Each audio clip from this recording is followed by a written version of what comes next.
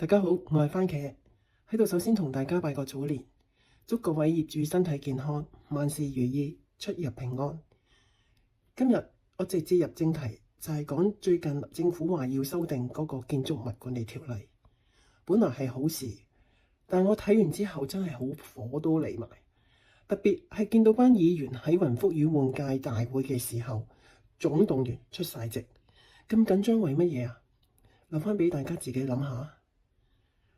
但最令我噴飯嘅係民政及青年事務局局長麥美娟對於授權書嘅睇法。局長，你有冇落過區啊？社會上有好多聲稱話要取消授權書，麥局長就話好難做到，因為好多後生仔移咗民，留低嘅係長者。佢就建議喺授權書度加多啲資料同埋加多啲 tick， 咁就係話佢會問你有冇睇過議程啊？有就打個剔，知唔知表決乜啦？知嘅又打個剔，仲要填埋身份證明文件。局長就話如果亂填呢係刑事㗎。我想問下麥局長，你有冇見過長者點簽名㗎？好多老人家寫自己個名都歪歪斜斜㗎，甚至唔識字，打個交叉。你而家叫佢哋明白晒議程，知晒表決乜嘢先打個剔。如果唔清楚填錯咗，你仲要嚇佢哋話係刑事。講句難聽啲，老人家最聽話㗎，到最後咪又係跟人指示去剔。到底係保護草根啦，定係難為啲草根嘅市民？仲有一個問題啊，你就話附上身份證明文件。麥局長，我想問下你有冇親身出席過業主大會啊？被授權人去攞投票書嗰陣，本身就要對身份證㗎啦。你而家喺張紙上面搞咁多花臣，只會將授權書變成一個更複雜嘅陷阱。之前民政事務處都有啲諮詢會，已經有市民反映，如果准許授權書直接表決，根本就係送大禮俾啲圍標集團。一旦授權書集中喺呢啲人嘅手上，成個屋苑嘅命運就係交咗呢一班既得利益者。大家聽過維修老鼠未啊？佢哋要入管委會，好易嘅咋，就係買授權書。佢哋當然唔會話明目張膽話我同你買張授權書啦。佢哋就話幫手簽個名，封翻封利是俾你哋飲茶，唔好多啊，100蚊一張，買100張都係嗰1萬蚊成本。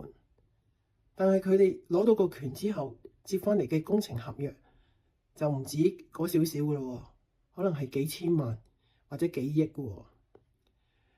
長者佢哋就諗住我又唔識簽個名，又有100零蚊收，幾好啊咁。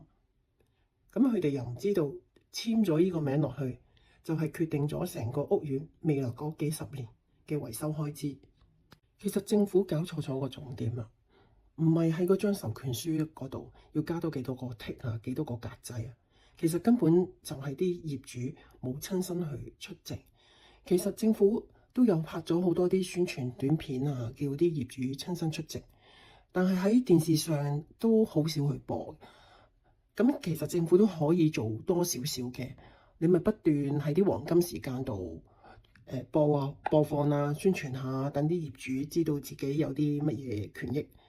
其實出席率都唔係好高啊，10% 嘅出席，當係500戶人，只係得嗰50個人出嚟就夠噶啦。平時大家就唔理，到爆出天價維修嘅時候先出嚟反對，呢啲就係香港人嘅通病啦。嗰度止唔止10% 啊？都唔止10% 啦。喺呢度再提一提啲長者，唔好貪個封利是啊！你唔好以為有着數啊，其實你係賣緊成個屋苑嘅未來維修項目。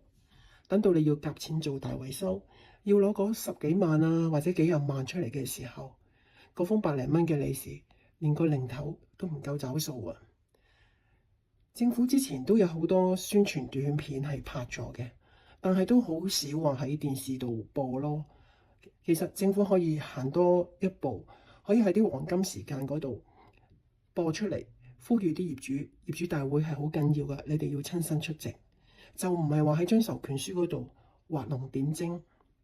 漏洞永遠都係一啲壞人去用嘅，都唔及大家親身監察同埋出席業主大會咁有用。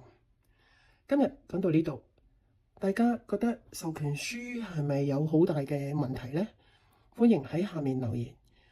如果你覺得我講得啱嘅，記得俾個 like 番茄 share 俾你屋苑嘅街坊，記得訂閱我個 channel。我哋下集見，拜拜。